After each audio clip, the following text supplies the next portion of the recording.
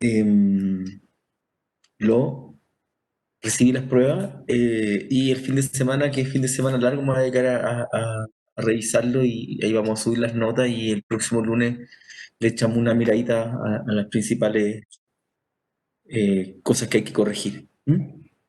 Así que no me hagan contarles nada de eso porque solo vi que llegaron los correos y me abrumé con tanto correo que tengo que leer, pero tengo el fin de semana como para ir haciéndolo de a poquito.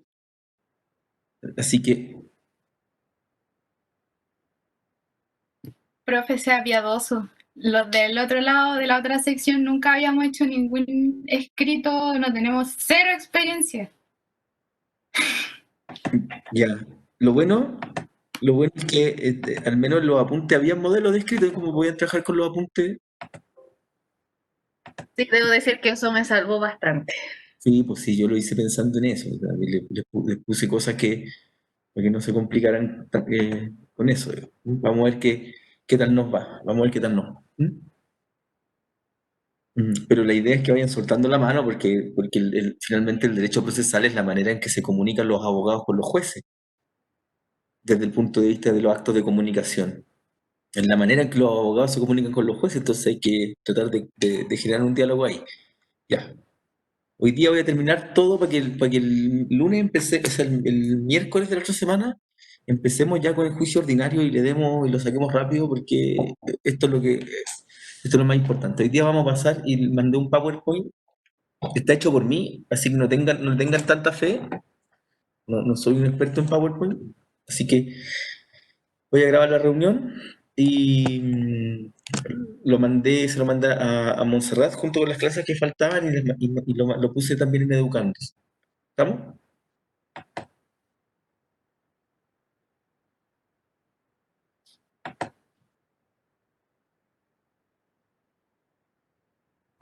Voy a compartir pantalla.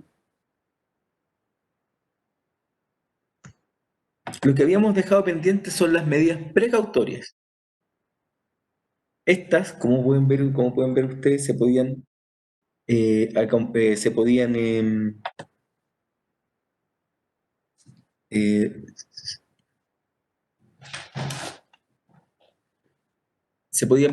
pedir como medidas prejuiciales precautorias con los requisitos que establece y que ustedes tendrían que saberse que tuvieron la prueba hace poquito. Entonces ahora vamos a hablar como precautorias, ¿no?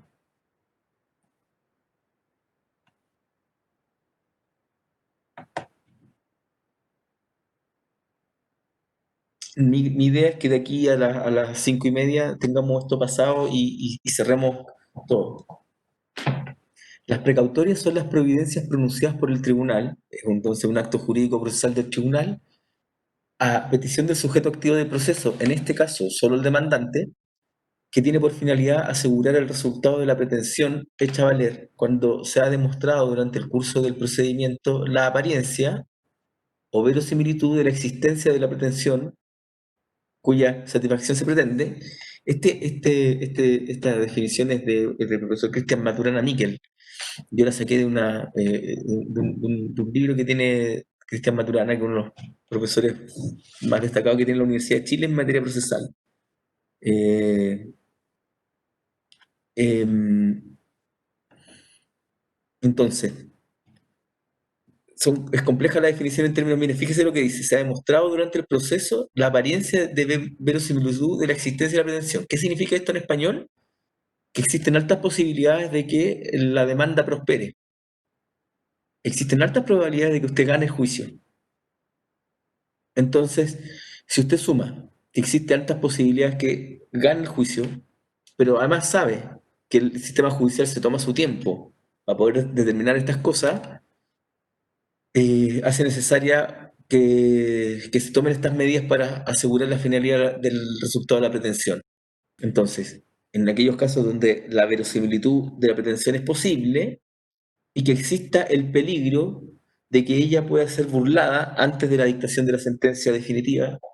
Básicamente, como estamos hablando de materias civiles, por la disminución del patrimonio, por la disminución del patrimonio del demandado.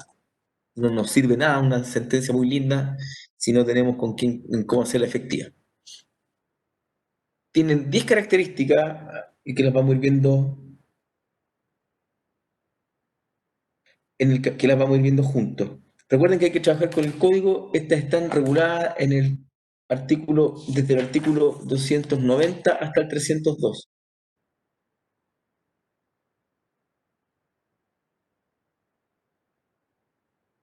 Entonces las características generales son infinitas en términos de que el código regula algunas, otras leyes especiales, por ejemplo, la ley de tribunales de familia, la ley que establece los alimentos provisorios, etcétera, establecen otras, pero además hay otras que se llaman innominadas, que no están reguladas en ninguna parte y que las puede pedir el demandante, las puede pedir el demandante y el juez las puede conceder en la medida que se cumplan con los requisitos que ya hemos señalado. Por eso son infinitas. Nosotros vamos a estudiar las 5 que establece el código procedimiento civil, pero hay muchas más. Son medidas protectoras o proporcionadas a la pretensión cautelar. O sea, lo que queremos hacer es cautelarmente evitar que la ineficacia de las resoluciones judiciales. ¿Ah? En la medida que las resoluciones judiciales tengan efectividad, la gente confía en la justicia. ¿Para qué voy a ir a litigar al tribunal si sé que todo lo que haga es ineficaz? Una de las formas de asegurar eficacia y hacer que la gente entienda que los tribunales son la alternativa es precisamente con las medidas. Son instrumentales, no son un fin en sí mismo, son instrumentales, buscan cautelar la pretensión final, son de carácter excepcional. Recuerden que em,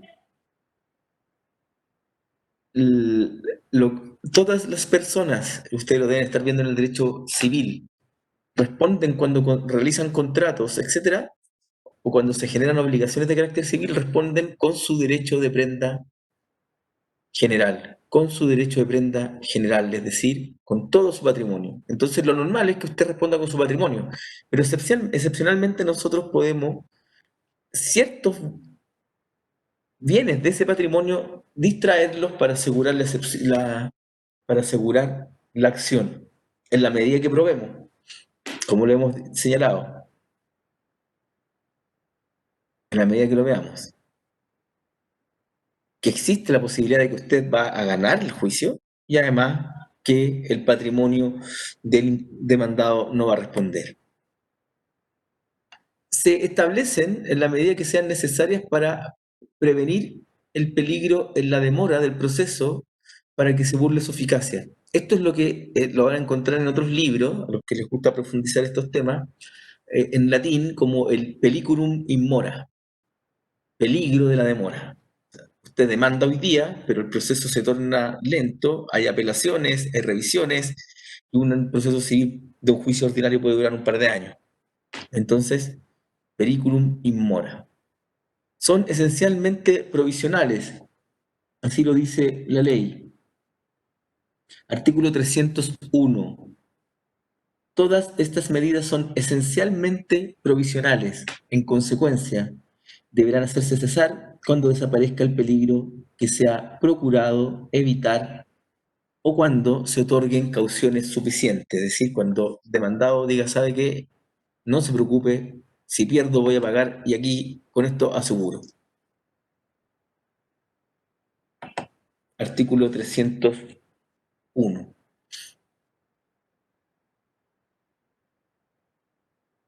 El demandado, cuarto requisito de concesión, espérese, me salté. Son esencialmente provisionales, volvemos atrás, son 7, son acumulables en el sentido de que usted puede pedir varias, puede pedir la retención de bienes, puede pedir el secuestro, puede pedir la prohibición de celebrar actos o contratos o la designación de un interventor. Son acumulables en la medida que sean razonables. Son sustituibles por una garantía suficiente, como lo señalé, como lo señala el mismo artículo 301 que le leí.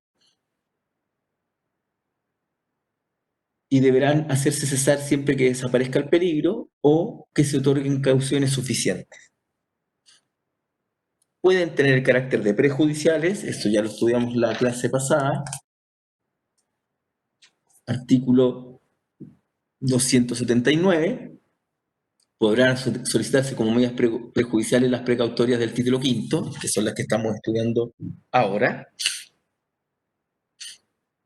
y el demandante debe responder por los prejuicios causados por el demandado, o el demandado por él.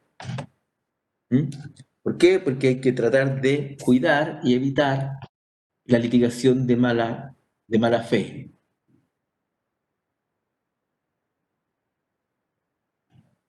De hecho, así lo establece el artículo 299.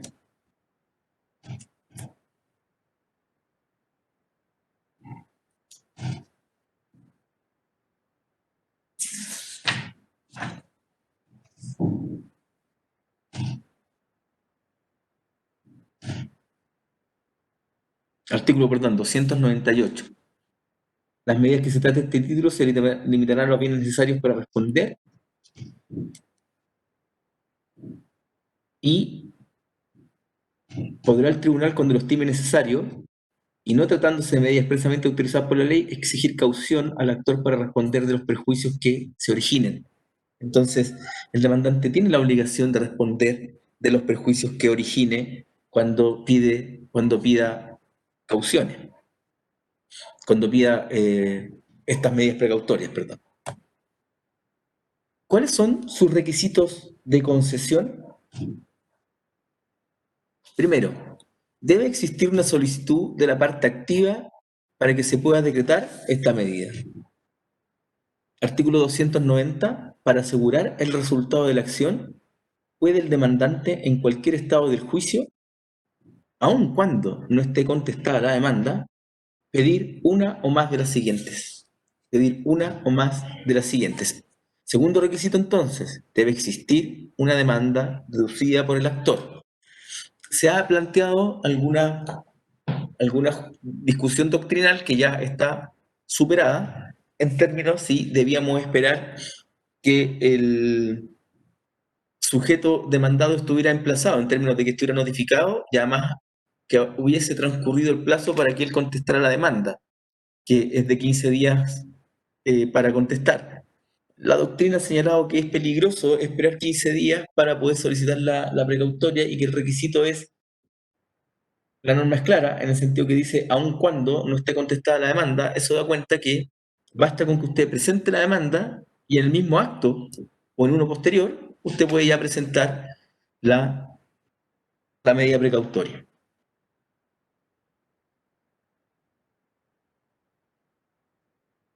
Tercera característica, el demandado debe poseer bienes, puesto que sobre ellos debe recaer la medida precautoria de carácter real o patrimonial.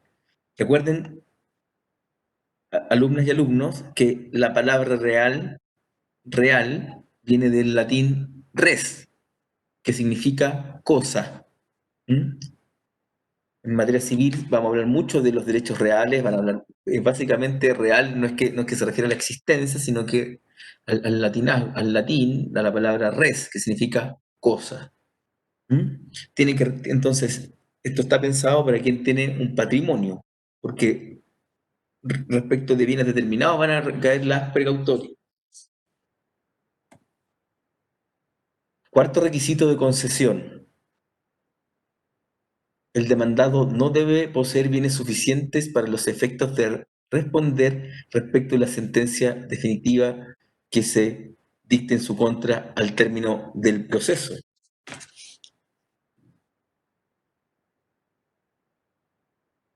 Así lo dice el artículo 301. Todas estas medidas van a ceder siempre que desaparezca el peligro que se ha procurado evitar o se otorguen cauciones suficientes. Entonces, Christopher, bienvenido. La estamos grabando, así que puede leer, escuchar la última, lo que se perdió al principio. Todas las medidas vamos a ir viendo que parten de la base de cuando las facultades del deudor estén en riesgo. Y cuando hablamos de facultades, Para el legislador chileno la palabra facultades, para el legislador chileno civil, la palabra facultad es un sinónimo de capacidad patrimonial. Vamos a ir viendo que siempre parten de la base estas medidas que se trata de un deudor que está en un estado que pudiera poner en riesgo el cumplimiento de la sentencia.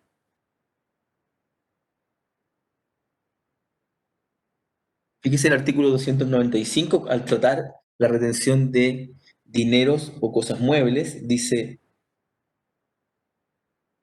cuando las facultades del deudor no ofrezcan suficiente garantía o haya motivo racional para creer que querrá ocultar sus bienes. ¿Se dan cuenta?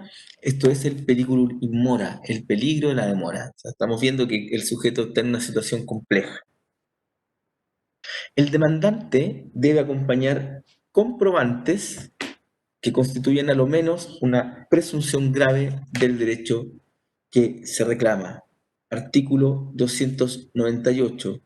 Las medidas que trata este título se limitarán a los bienes necesarios para responder a los resultados del juicio y para decretarlas, primer requisito, el demandante deberá acompañar comprobantes y aquí los llamo la atención, anótenlo por ahí, cuando hablamos de comprobantes no estamos limitando la justificación de la precautoria a documentos. Muy probablemente usted va a acompañar documentos. Pero también al hablar de comprobantes, que es un término un poco más amplio,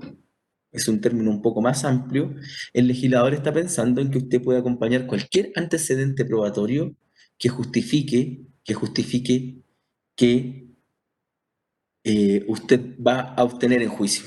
Porque lo que dice la ley es, deberá el demandante acompañar comprobantes que constituyan, a lo menos, presunción grave del derecho que se reclama.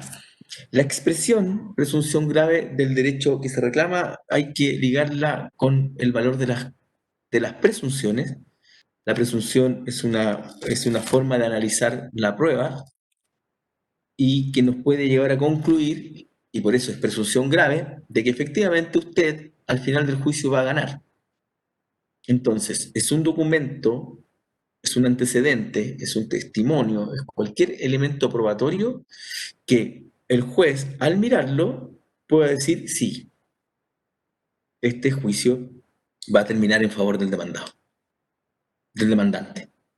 Y como va a terminar en favor del demandante, nosotros vamos a conceder la cautelar. Entonces, recuerden, la voz comprobantes es una voz más amplia que no solo abarca los documentos, sino que pueden ser testimonios u otros medios de prueba, pero estos documentos deben tener una entidad tal, estos medios de prueba deben tener una entidad tal que hagan pensar al juez al momento de ver la precautoria y el documento que se le está exhibiendo o el antecedente que se le está acompañando, de que efectivamente usted como demandante va a ganar el juicio. Profe, una consulta, ¿cuáles serían ejemplos de, como para anotarlo, tener una idea o menos de documentos que se podrían acompañar que no necesariamente sean lo que usted dijo? A Porque ver, por ejemplo, un documento puede ser un documento puede ser una escritura pública, en donde aparezca que él tiene que pagar el precio, no, y no hay comprobante de que se lo hayan pagado. Y en las escrituras públicas da cuenta de que el documento existe, que el sujeto lo firmó, que tiene fecha cierta y que además está obligado a lo que se dice ahí, por ejemplo. Pero yo recuerdo que vi en un caso donde, como yo trabajé un tiempito en el norte, en faenas, en tribunales donde habían faenas mineras, me acompañaron, era una minera de oro que estaba instalada en la cuarta región y que ellos estaban en un proceso de quiebra y habían hipotecado para cumplir con la ley de quiebra de ese tiempo, que hoy día se llama ley de reorganización, habían hipotecado las máquinas que muelen la piedra para obtener el oro. Lo que habían hipotecado no eran las máquinas, lo que habían hipotecado era las pertenencias mineras, los terrenos donde se sacaba el oro. Esta empresa minera que había dejado en hipoteca estos terrenos, empezó a vender sus máquinas y las publicitaba por internet. Y las publicitaba en páginas especializadas y vendía las máquinas. Y ese documento, esa pantallazo de internet, lo imprimieron y lo mandaron al tribunal como fundamento, argumentando que que primero estaban rompiéndose el convenio, porque lo que dice la ley lo que dice el Código de Minería, yo no sé si derecho minero para ustedes es obligatorio en quinto año, pero lo que dice el Código de Minería es que las también se entienden hipotecados no solo las pertenencias mineras, sino los elementos con que se extrae el metal. Y ahí tuvimos que discutir la existencia o no de la precautoria con testigos y con estos documentos que estaban publicados en una página en internet. ¿Mm? Entonces, puede ser peritajes también. Puede ser un peritaje que dé cuenta de cómo han caído fuertemente los ingresos de la empresa y que eso da cuenta de que está a punto de quebrar y que es mejor tener un interventor para que pueda controlar que esté llevando correctamente sus derechos. El ambiente, o sea, la palabra comprobante te abre un espectro para que tú le puedas acompañar al tribunal algún antecedente que le dé fuerza a tu solicitud. Profe, ¿le puedo hacer otra consulta? Sí, claro. Vamos en clase. Por ejemplo, si yo quiero colocar en un escrito, en un otro sí, ¿cómo coloco que quiero acompañar ese tipo de Lo pone en el primer comprobante? sí, en el primero o en el segundo trocijo usted lo tendrá que ver y dice, ruego su señoría tener por acompañado los siguientes documentos. Ujú. O puede poner, ruego su señoría tener por acompañado, con el objeto de cumplir con los requisitos establecidos en el artículo 298, ruego tener por acompañado los siguientes documentos. Ok. Después le voy a enseñar más cosas que se acompañan en general con citación, pero eso lo vamos a ver después. ¿Ah? Profe, y lo otro, los pantallazos de WhatsApp son un medio como creíble de... Va a depender de hoy día en materia de familias los pantallazos se ocupan mucho. En materia penal también, son medios de prueba. Yo tuve un juicio penal hace poco con pantallazos de WhatsApp y con audios de WhatsApp. La tecnología y los medios de prueba. Ujú. Yo tengo una duda porque en primer año nosotros fuimos a un tribunal de familia y pudimos ver un juicio sobre pensión alimenticia. Y me acuerdo que en ese juicio habían llevado pruebas de WhatsApp, creo que eran fotos y mensajes, y las fotos eran como con el pequeñito. Y la jueza les dijo así como que no, que ni uno de los dos podía presentar eso porque era como dañoso para el niño, no sé, no aceptó nada de WhatsApp. Pero no aceptó nada de WhatsApp, no porque WhatsApp no sea un medio de prueba, sino porque ahí tenemos, cuando estudiemos pruebas, al final del año vamos a ver que a veces la forma de producir la prueba es importante. Cuando se afectan derechos de otros, como la intimidad, etcétera, eh, cede el derecho a probar respecto de otros intereses. ¿Ya? No es que los WhatsApp no sirvan, es que hay otros intereses cautelados. Ah, ya, gracias, profe. Ya. Sexto, el demandante debe rendir previamente caución en los casos en que se pretenda obtener que se decrete una medida precautoria en que el tribunal así lo haya determinado, ya sea porque la ley se lo faculta o porque lo exige el legislador. Recuerden, y esto lo hemos estudiado a propósito de las prejudiciales, la ley exige para las medidas precautorias innominadas, es decir, aquellas que no están expresamente reguladas en la ley, la caución. Podrá también el tribunal, cuando lo estime necesario y no tratándose de medidas expresamente autorizadas por la ley, exigir caución. Para las innominadas, caución. Ya, vamos al análisis de cada una de estas medidas.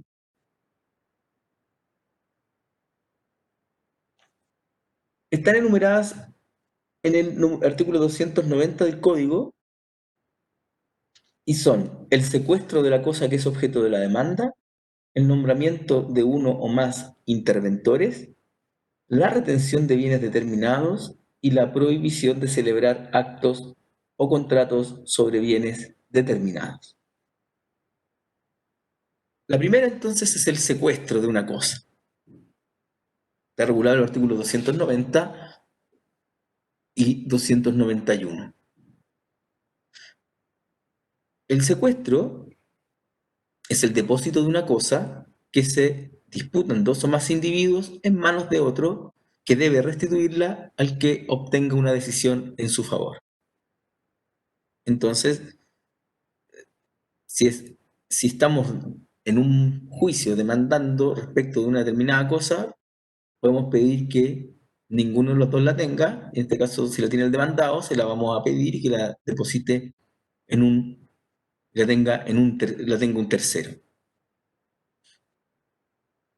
El artículo 291 señala en qué caso, cuándo procede. Habrá lugar al secuestro en el caso del artículo 901 del Código Civil o cuando se entablen otras acciones con relación a una cosa mueble determinada y haya motivo de temer que se pierda o deteriore en manos de la persona que, sin ser la poseedora de dicha cosa, la tenga en su poder. Entonces, nuevamente aquí está el peliculum in mora, el peligro en la demora. Tenemos temor de que se pierda o se deteriore en la mano de la persona que, sin ser poseedora de dicha cosa, la tenga en su poder. Entonces tengo que justificar cuál es el motivo de que se pierda o deteriore en manos de la persona.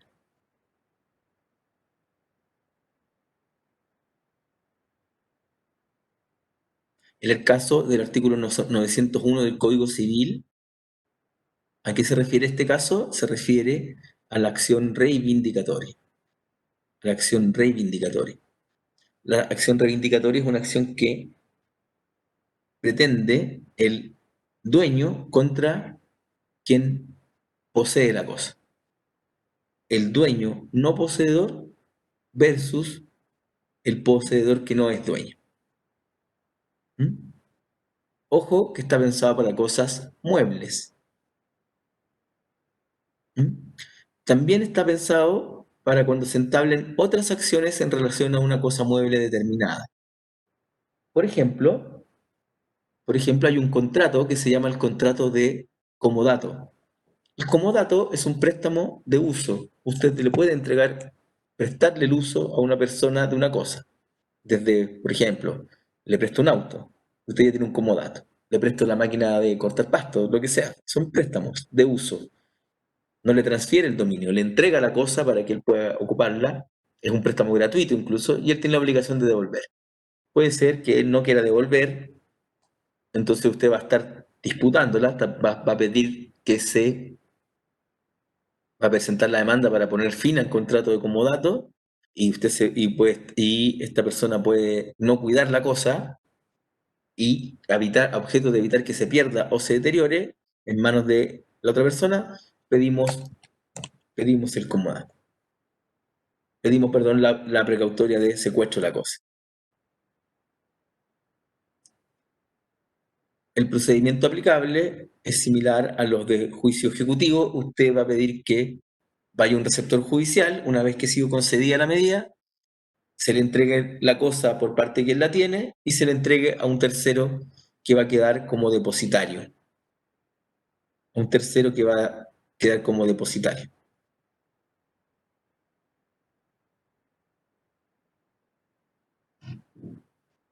¿Cuál es el efecto del secuestro? La única función del secuestro es la de proteger y garantizar la integridad material de la cosa objeto de la demanda a través de su conservación por parte del secuestre. ¿Quién es el secuestre? ¿Quién es el secuestre? Pregunta.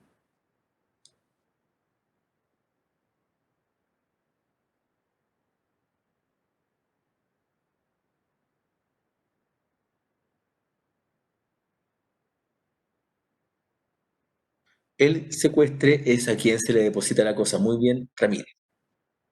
Así se llama.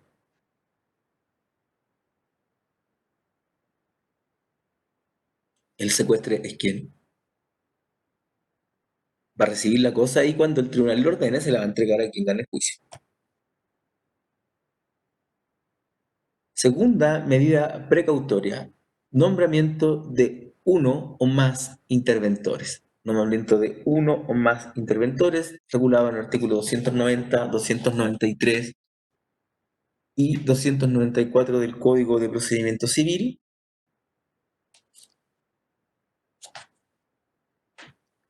La ley no define quién es un interventor, pero entendemos, eso sí, así lo ha dicho la jurisprudencia también en varias resoluciones, que se refiere a la persona encargada de llevar cuentas de las entradas y gastos de una cosa o negocio, dando aviso o cuenta de cualquier malversación o abuso que se advierta en dicha administración. Entonces, ¿qué es lo que nos puede estar pasando aquí? Lo que puede estar pasando aquí es que yo esté litigando con una empresa y empiezo a ver cómo se deteriora la manera en que se esté administrando esa empresa. Y eso me puede perjudicar a mí, porque significa que si esa empresa gana menos, tiene menos patrimonio para cumplir con sus obligaciones conmigo y que yo lo estoy demandando. Entonces, ¿qué es lo que le pido al tribunal? No le pido al tribunal que yo lo administre, esa no es mi labor. Lo que le pido al tribunal que designe a un interventor para que controle cómo se está llevando la administración del negocio, de manera tal que si yo llego a advertir cualquier malversación o abuso en dicha administración, le comunique al juez para que pudiéramos después endurecer aún más las medidas cautelares. Endurecer un poco más las medidas cautelares. Profe, Ujú. perdón que la moleste, pero ¿está grabando? Es que no parece que está grabando. Sí, dice grabadora. La grabación está en curso. Abra la grabadora para administrar la grabación. ¿La vio? Ah, ya. No, no me aparece, pero de todas maneras, gracias. Lo que pasa es que estaba grabando y se me apagó la grabadora. Sí, no se preocupe, Gracias, está profe. grabando. Dice aquí, la grabación está en curso. Ya. Ya. Entonces, como les decía, es una especie de vigía que controla la manera en que se administra el negocio por parte del demandado.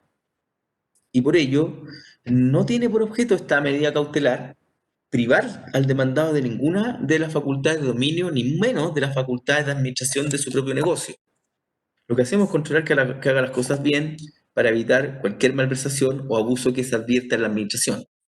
Nos vamos a preocupar si el gerente de la empresa empieza a vender demasiado sus activos. Porque en el fondo, cuando usted empieza a vender activos, lo que usted está haciendo es disminuir el patrimonio de la empresa. Entonces, su fin es controlar el bien, la buena administración de las empresas o de los patrimonios del demandado.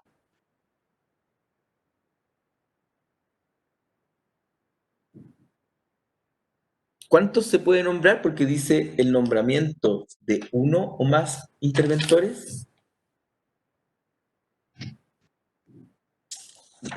Debe designar el tribunal, va a depender de la cantidad, ubicación, importancia y los bienes sobre los cuales debe ejercer sus funciones. Muy probablemente si son empresas grandes que tienen filiales en distintos lugares no va a bastar con uno solo. Piense usted, por ejemplo, en Falabella, que tiene tiendas en todo Chile. En los supermercados, por ejemplo, que tienen sucursales en todo Chile, tampoco. ¿Cómo se designan los interventores? Esta es una función que se encuentra entregada al juez por ley al tribunal, pudiendo las partes efectuar meras proposiciones, pero el tribunal va a resolver él. El tribunal va a resolver él. ¿Cuándo corresponde? ¿Cuándo procede?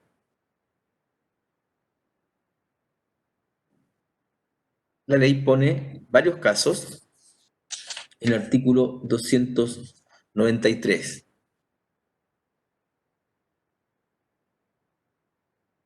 El artículo 902, inciso segundo del Código de Procedimiento Civil, es decir, cuando tengo una demanda reivindicatoria respecto a un inmueble, el del que reclama una herencia ocupada por otro, si hay justo motivo tener el temor que el citado inciso expresa.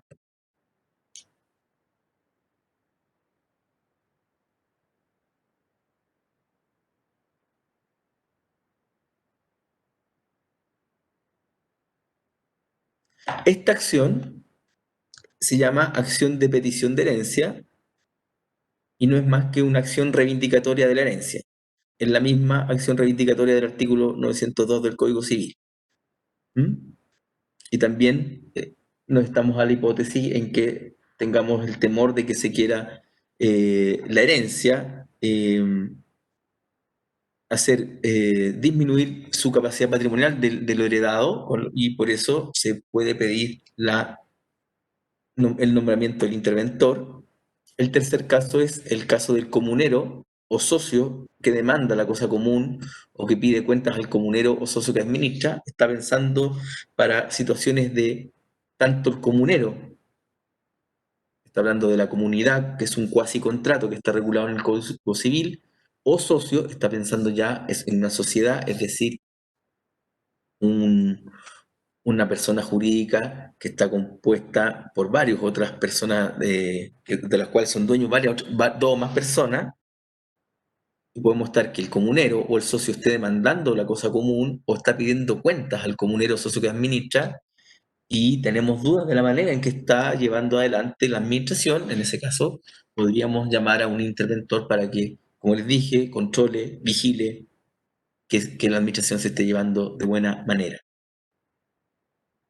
El número 4 establece una hipótesis más amplia, siempre que haya justo motivo de temer que se destruya o deteriore la cosa sobre la que versa el juicio, o que los derechos del demandante puedan verse burlados. Nuevamente aquí está la idea del periculum in mora, el peligro en la demora, en el sentido que durante el juicio las personas pueden dejar de administrar correctamente y eso puede ir en desmedro de mis derechos. Y en los demás casos que están expresados en las leyes, yo puse el ejemplo del artículo 444, pero hay muchísimos más. El artículo 444 habla de los juicios ejecutivos por obligaciones de hacer. Dice, si la ejecución recae sobre una empresa o establecimiento mercantil o industrial, podrá el juez, atendidas las circunstancias y la cuantía del crédito, ordenar el embargo que se haga efectivo o los bienes o se haga efectivo en los bienes designados por el acreedor o en otros bienes del deudor o en la totalidad de la industria misma. Profe, Entonces, ¿sí? ¿ese artículo es del Código Civil?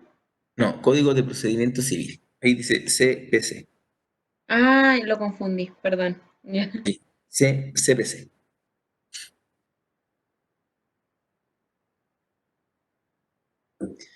La ley establece las facultades del interventor. Están establecidas, reguladas en el artículo 294. Las facultades del interventor, para que ustedes vean que no es, él no administra, él no saca al gerente general de la empresa y le dice corras un poco, solo controla. Está facultado para llevar cuentas de las entradas y gastos de los bienes sujetos a intervención. Y para llevar dicha cuenta, se encuentra facultado para imponerse es mirar, es observar, es conocer los libros, los papeles y operaciones del demandado. Hasta aquí, facultades meramente inspectivas del interventor. El interventor entonces tiene la obligación, como consecuencia de sus labores, dar al interesado o al tribunal noticia de toda malversación o abuso que note en la administración de dichos bienes del demandado que son objeto de la intervención. Y en esta medida de designación de interventor, la administración de los bienes sobre los cuales recae la medida permanece siempre a cargo del demandado, encontrándose solo cometido a una vigilancia, sometido, no cometido, solo sometido a una vigilancia o inspección por parte del administrador, del interventor. Voy a leer de nuevo el artículo 294. Las facultades del interventor judicial se limitarán a llevar cuenta de las entradas y gastos de los bienes sujetos a intervención, pudiendo para el desempeño de este cargo imponerse de los libros, papeles y operaciones del demandado. Estará además el interventor obligado a dar al interesado o al tribunal noticia de toda malversación o abuso que note en la administración de dichos bienes, y podrá en este caso decretarse el depósito y retención de los productos líquidos en un establecimiento de crédito o en poder de la persona en que el tribunal designe, sin perjuicio de otras medidas más rigurosas que el tribunal estime necesario. Fíjense entonces que puede darse el caso en que el interventor se dé cuenta de la mala administración de los negocios y que el dinero se esté dilapidando. ¿Qué puede hacer el juez? El juez, una vez que tome noticia de esto, la petición del futuro demandante puede pedir otra medida, que es la retención de dinero, que es la que está siguiente al 294, lo dice así: decretarse el depósito y retención de los productos líquidos. Cuando el legislador habla aquí de productos líquidos, ¿a qué se está refiriendo?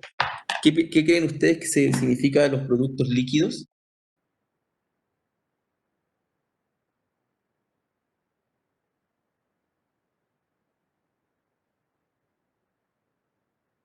¿Al dinero? Sí, productos líquidos es dinero, pero ¿a qué se referirá con líquido?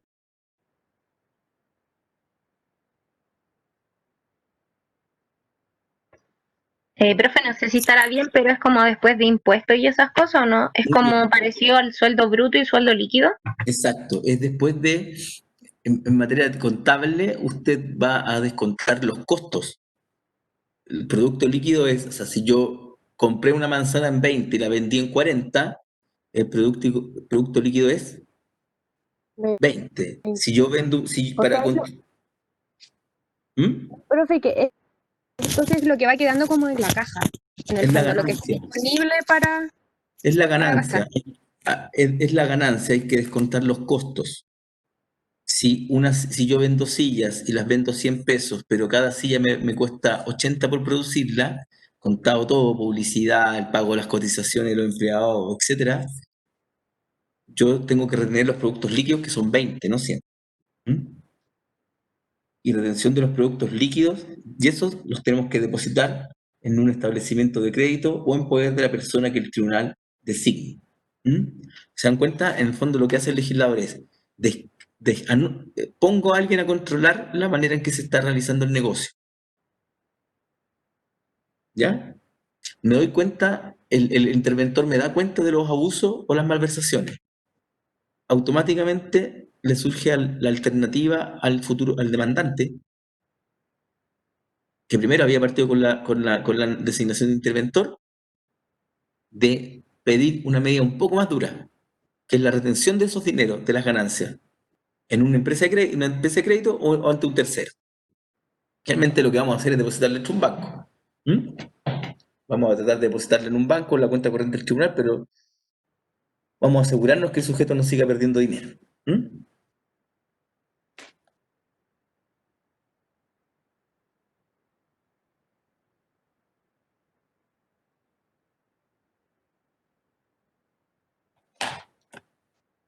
Tercera medida.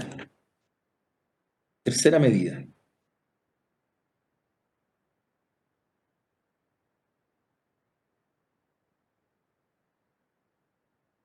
La retención de bienes determinados.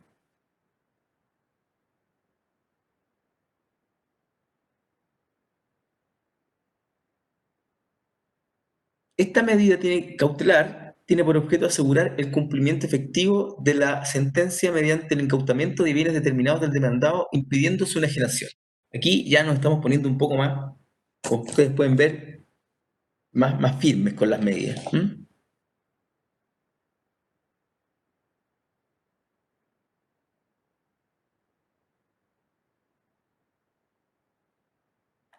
El detentador de los bienes, quien quiera que sea, tiene la obligación de guardarlos, conservarlos en su poder sobre el bien que ha caído la retención, asumiendo la responsabilidad de un depositario. Puede tratarse de los bienes objeto del juicio o bien de otros bienes determinados. Entonces, por ejemplo, estoy demandando a un condominio y me consigo como abogado, me consigo los datos de la cuenta corriente del condominio y retengo todos los dineros de la cuenta corriente porque no me han pagado. Y le pido al tribunal que saque todo el dinero que tiene la cuenta corriente para cumplir con mi obligación y la ponga en una medida, un depósito a plazo en un banco. Eso es la retención de bienes determinados. Entonces, es bien importante porque lo que hago es sustraer del comercio humano especies que le pertenecen a un demandado que todavía no es condenado por la justicia. Entonces, el requisito de procedencia es potente.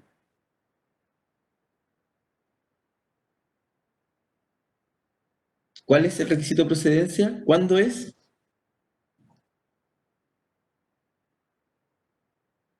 Lo vamos a ver más adelante.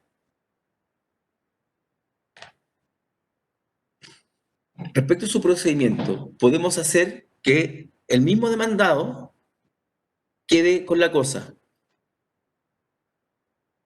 El tribunal puede resolver. Usted ahora, señor, queda ahí con esa cosa como depositario. Esa cosa está retenida y usted no la puede vender, no la puede enajenar, no la puede prestar, no la puede grabar. Y por tanto usted se queda cuidado con ella. Si la cosa es dejada en poder del demandado, no existe una privación material de ella, la puede seguir usando, sino que solo una privación jurídica.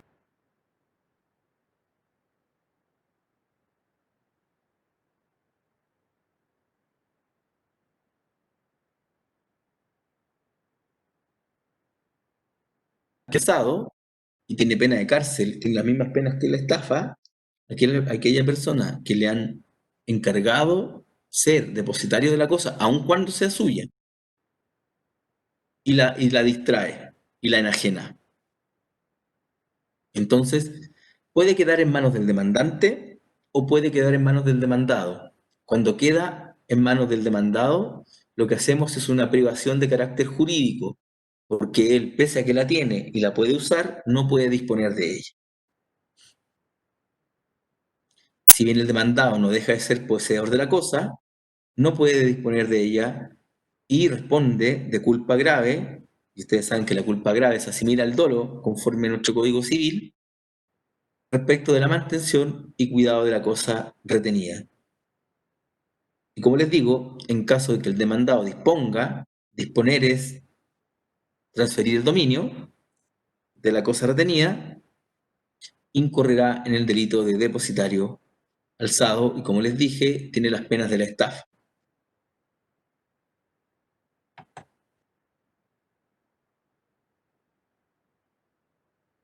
Su principal efecto consiste en limitar la disposición jurídica del deudor en relación con los bienes retenidos.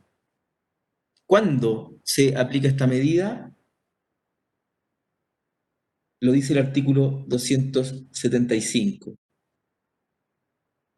Cuando las facultades del deudor no ofrezcan garantía suficiente, no ofrezcan garantía suficiente, o haya un motivo racional para creer que procurará ocultar sus bienes y en los demás casos que determine la ley. Entonces, ¿cuándo procede? Cuando se logra acompañar algún comprobante que haga presumir gravemente al tribunal que que el demandado no tiene su patrimonio. Aquí la palabra, recuerden, facultades es similar, sinónimo de patrimonio, garantía suficiente o haya motivo racional para creer que procurará ocultar sus bienes.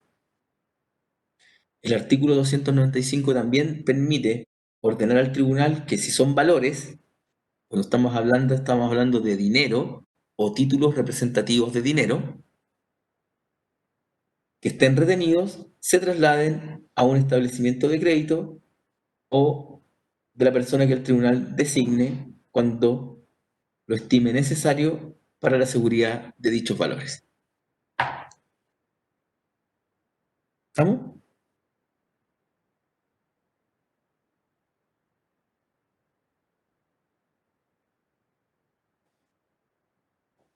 ¿Qué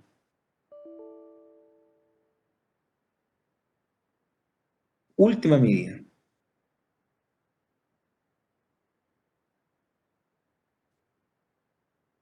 Última medida.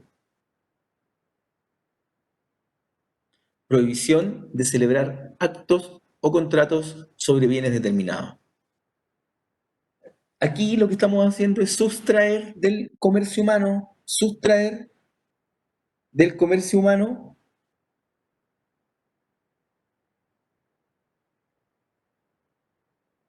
bienes que son del deudor. Y se rompe de aquí con un principio del derecho civil que es la libre circulación de los bienes. Esta es la más potente de todas. Medida cautelar decretada por el tribunal que tiene por objeto impedir que el demandado celebre válidamente cualquier acto jurídico, sea unilateral, bilateral, gratuito o oneroso, nominado o innominado, cualquiera, en relación con uno o más bienes muebles o inmuebles de su propiedad.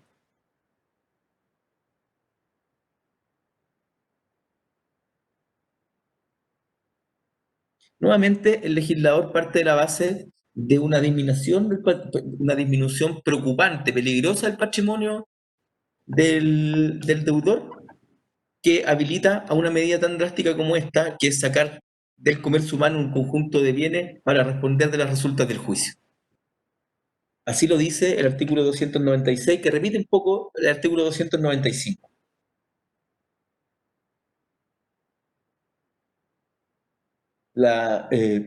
Procede cuando las facultades del demandado no ofrezcan suficiente garantía para asegurar el resultado del juicio. Entonces puede caer respecto de un bien mueble o de un bien inmueble y simplemente usted solicita la medida, cumple con los requisitos de acompañar comprobantes que le permitan al juez constituir una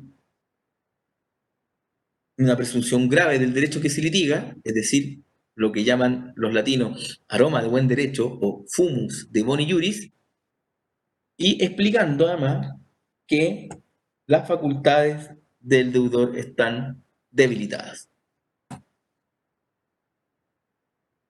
Procedencia, cuando las facultades del demandado no ofrezcan garantía suficiente para asegurar el resultado del juicio. Facultades, como estoy siguiendo en el cursor, es sinónimo de capacidad patrimonial, es decir, las capacidades patrimoniales del deudor no son... No se preocupe, Eduardo, lo comprendo.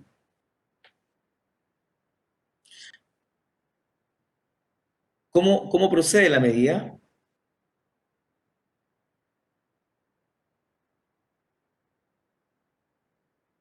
Hay que distinguir. Lo primero, si se trata de un juicio en donde estamos reclamando una cosa, es decir, por tanto, cuando estoy pidiendo la prohibición de celebrar actos o contratos respecto de la cosa, tengo que transformar la cosa en un objeto ilícito de lo que están establecidos en el artículo 1464 del Código Civil. Hay objeto ilícito en la enajenación de la cosa litigiosa, dice el Código Civil. Bueno, para hacer efectivo esto, basta con que solicite la prohibición de celebrar actos y contratos.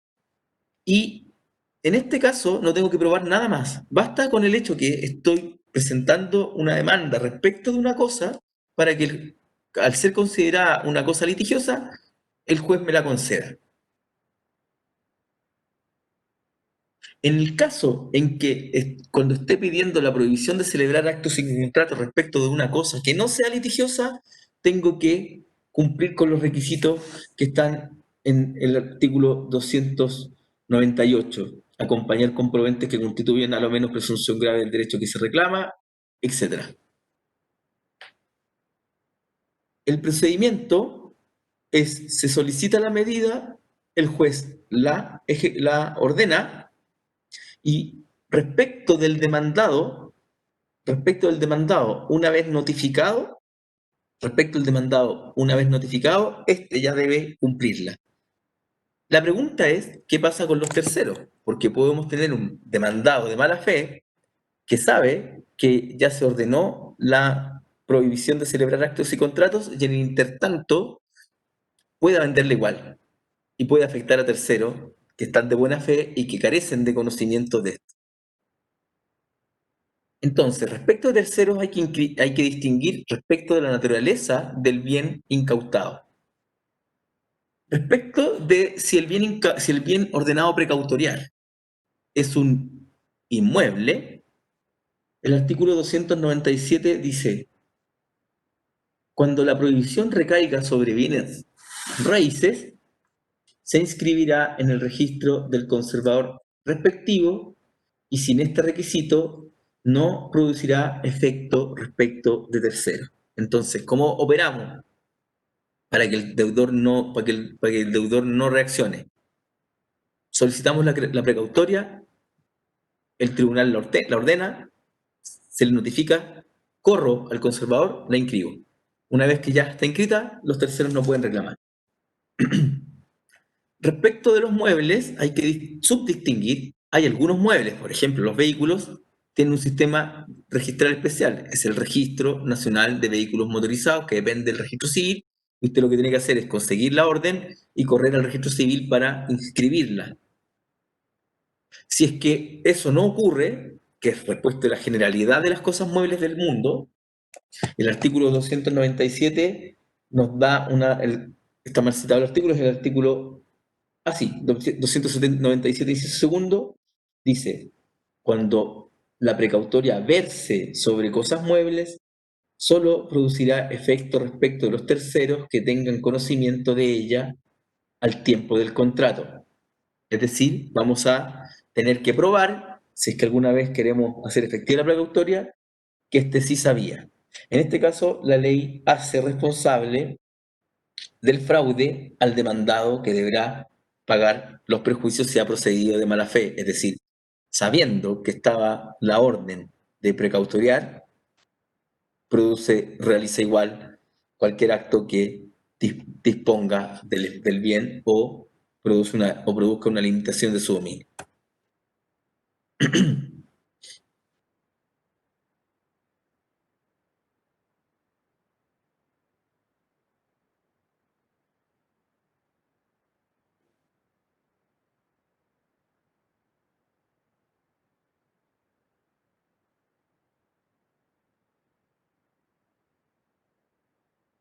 Tramitación. Voy a leer el artículo 302, que ha dado lugar a dificultades interpretativas.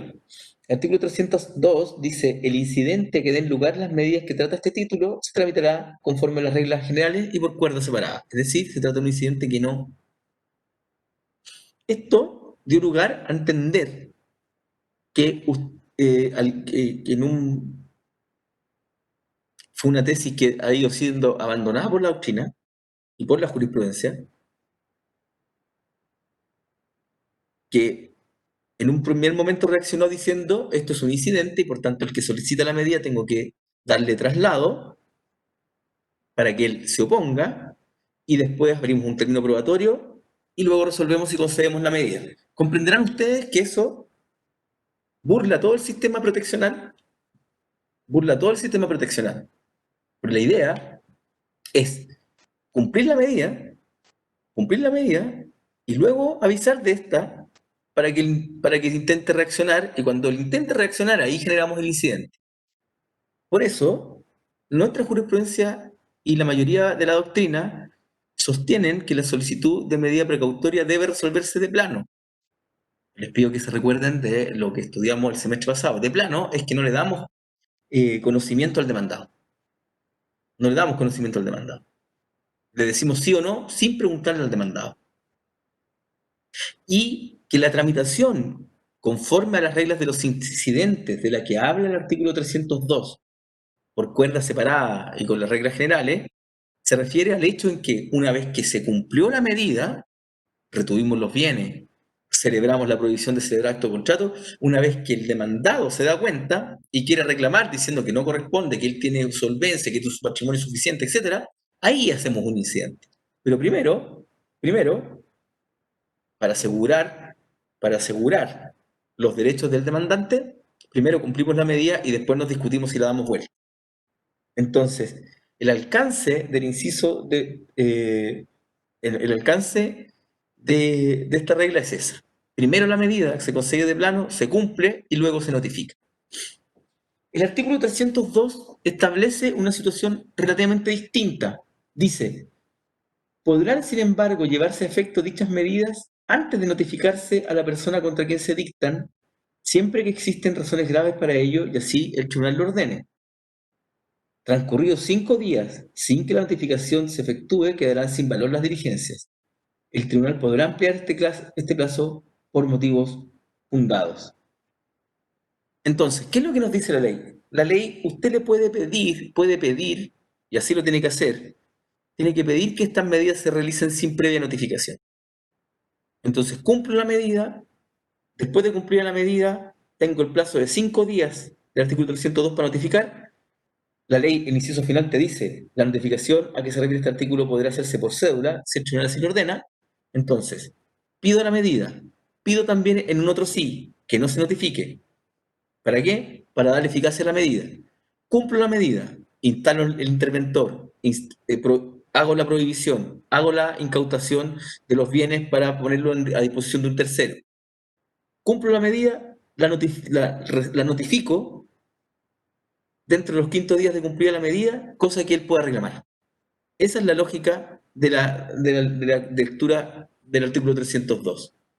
El artículo 302, inciso segundo, tendría el fin de autorizar al demandante para solicitar al tribunal que disponga que la resolución que decrete la medida se lleve a efecto sin notificación del demandado, la que deberá practicarse con posterioridad dentro del plazo de 5 días o de un plazo mayor que el tribunal fije por motivo fundado, para bajo percibimiento que queden sin efecto las medidas.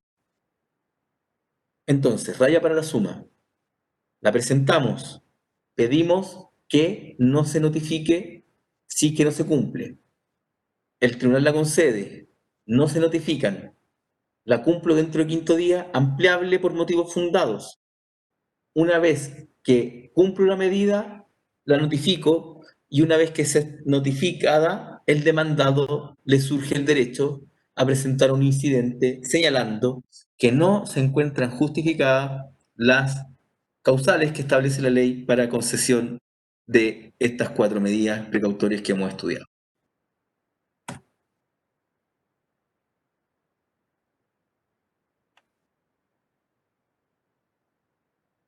¿Cuál es la naturaleza jurídica de la resolución?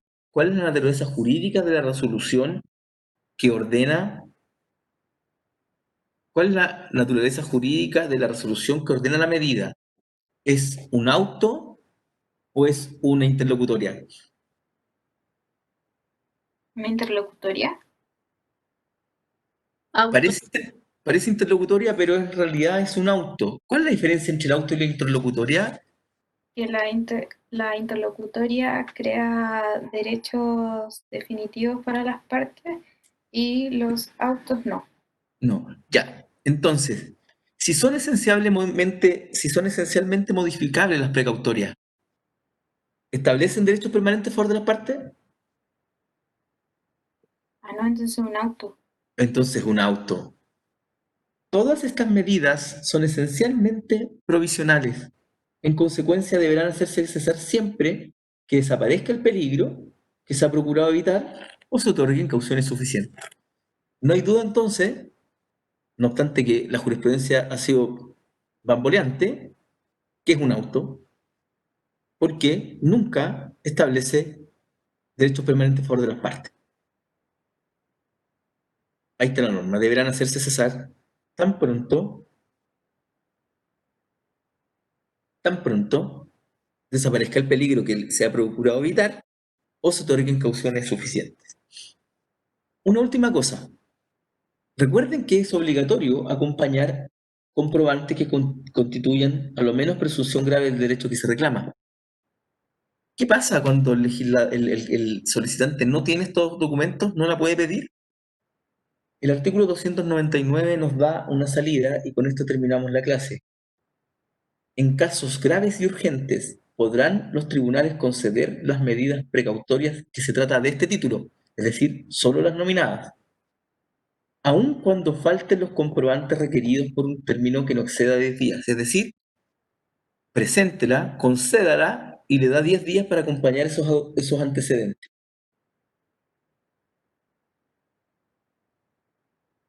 Pero para ello, como ya estamos haciendo demasiadas concesiones, porque usted me está pidiendo que sustraiga del comercio humano ciertos bienes que son del deudor, cuando usted todavía no ha ganado el juicio, y además no me acompaña ningún antecedente para fundar su solicitud, por tanto yo tengo que actuar de buena fe,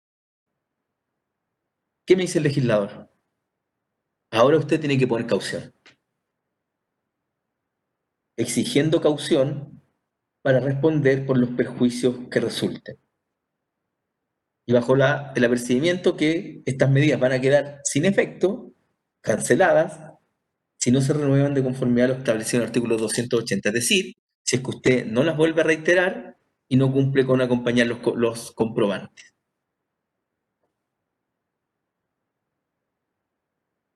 Hemos terminado justo a la hora que yo pensaba. Voy a dejar de compartir.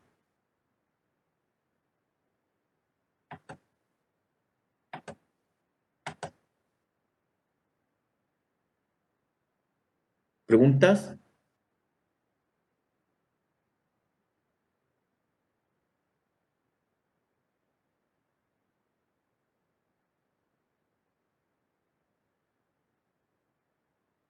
No, profe. Bien, entonces hemos terminado con todo lo previo, hemos visto incidentes prejudiciales y precautorias y partimos el lunes con juicio, el miércoles con juicio ordinario. ¿Cuándo dijo, profe? El miércoles. Ah, que verdad. el lunes es feriado. Sí, se me había olvidado, gracias. Ya, yo no voy a estar, así que no me esperen. Nos vemos el próximo miércoles, que estén muy bien. Voy a dejar tirado. Chao, profe. Chao, profe. Hasta luego. Hasta luego. Adiós. Chao, profe.